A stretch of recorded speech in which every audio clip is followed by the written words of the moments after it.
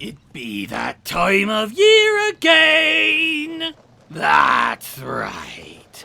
International Talk Like a Pirate Day. So, why don't you lot all drop anchor and listen well as we dive once more into the old pirate's lexicon. First things first, we'll be touching on some more generalized vocabulary, the sort you could be using in all manner of scenarios. Though there do be a special focus on things what be, combat applicable. Straight off, as simple as can be, we're learning our left from our right. Or rather, port from starboard. And truly, it'd be as simple as that. Left be port and right being starboard. If'n ye be needing something specific, port be the side what usually be facing the docks. That is to say, the side you usually pull into port. In addition, anything to the front of ye be off your bow, while behind be called your stern. So, if ye spot a ship in front and to the right, ye could call ship spotted off the starboard bow. Or, inversely, if a ship be coming up to chase from behind and to the left, you'd be calling ship spotted, port astern, with astern being a shortened way of saying at the stern. So far as wind goes, to say leeward means to sail with the wind at your back, and to say windward means to sail into the wind or where it be coming from.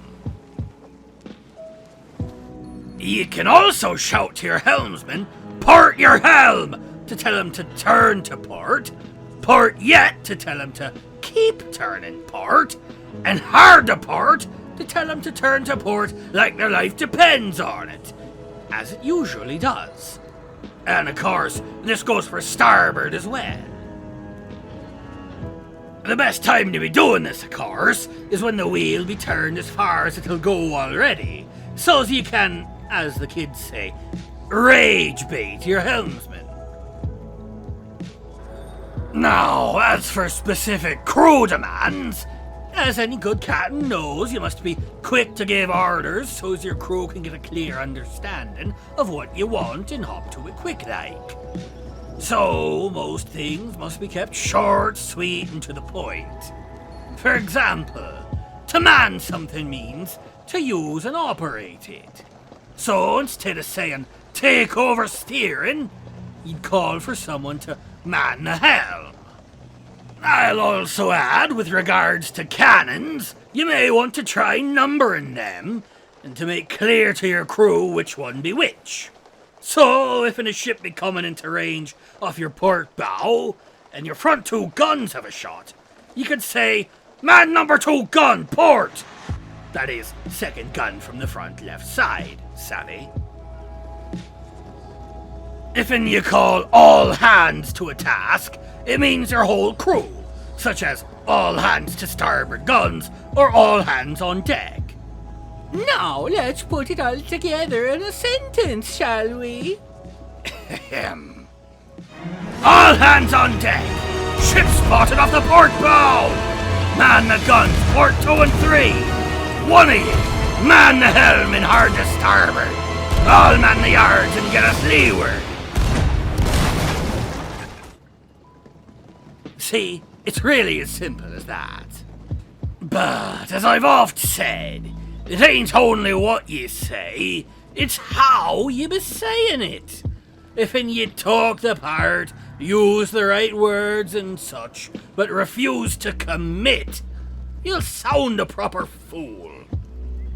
So now I'm going to teach you how to be pronouncing things like a pirate, to accompany your vocabulary and grammar from lessons prior.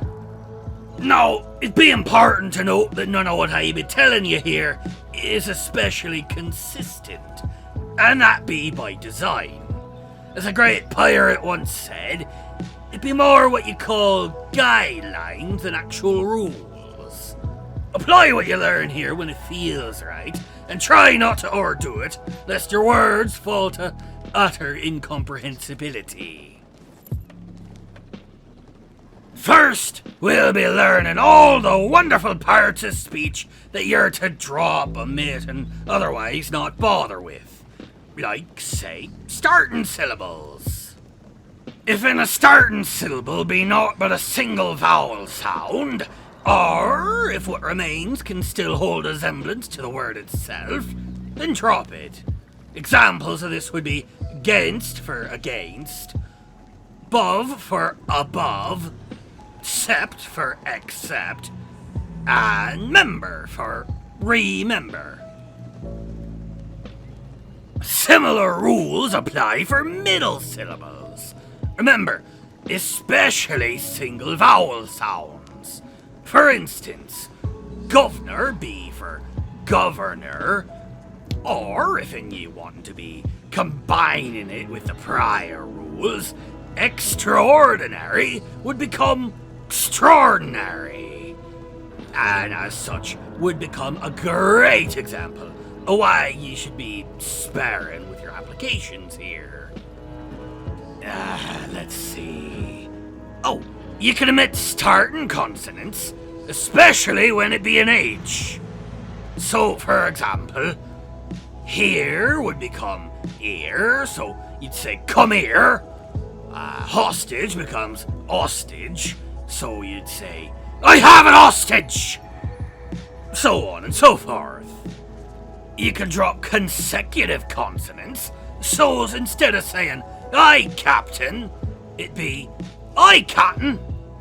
Or instead of we wants the redhead, it'd be we wants the redhead.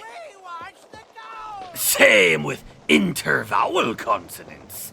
Just blend them into each other. Like, say, if you mean to say ever, you can just say it as air instead. Or, instead of saying beholder, you'd say beholder. And of course, ending consonants.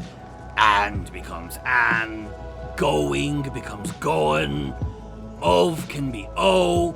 If you've heard me speak, you be rich for examples. Now that we've covered what to drop, what can we do with that what remains? I'll start you with the consonants, as simply put, all you really need to do will be exaggerating them.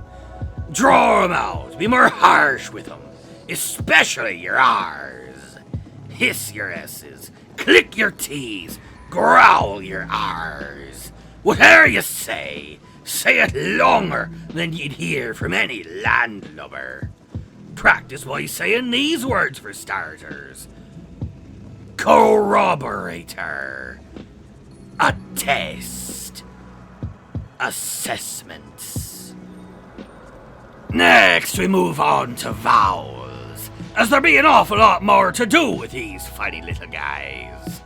Just as with consonants, you can exaggerate them, turning words like again into again, doubloons into doubloons, and bin into bean. You can sweeten vowels in the middle and ending of words by replacing them with an E sound, usually just if it already be sounding that way anyhow, but not always. Say, as example, uneducated becomes uneducated. Cannibals becomes cannibals. Qualifications becomes qualifications. Or, to put it as an ending, borrow becomes barry, window becomes windy, extra becomes extra.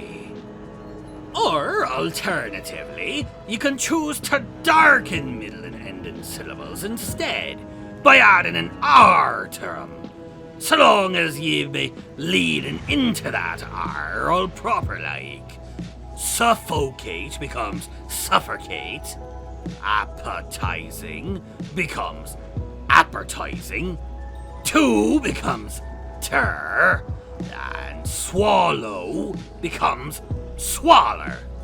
Finally, we'll be touching on something called a diphthong, which be a pair of vowel sounds what be carrying on into each other, pronounced smooth and continuous like.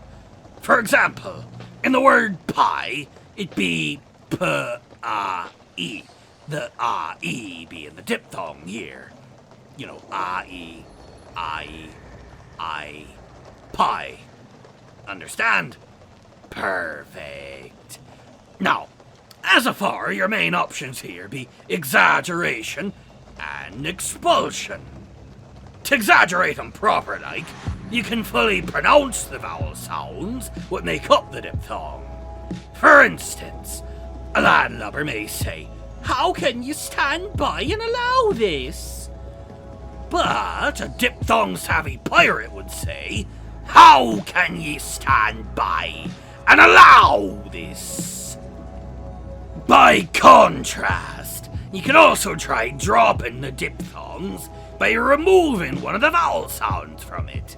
Typically the first, but not always. For example, were I a landlubber, I might say, "William, you've got an equal share of the duty." But since I be a pirate, I'd pronounce it as, "Willem, you've got an equal share of duty."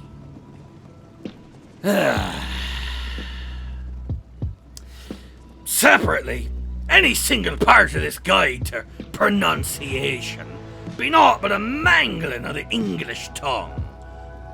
But it's when ye put it all together that you've got a seaworthy dialect, bound to earn ye proper respect at any tavern you should be stopping by. So go on out there, mateys, and talk like a pirate. If ye enjoyed this wee guide, feel free to subscribe to me cruise ledger for all tales to come, and ring the little ship's bell so's you always know when your captain has a new tale to tell. Wind in your sails, me hearties, until we should meet again.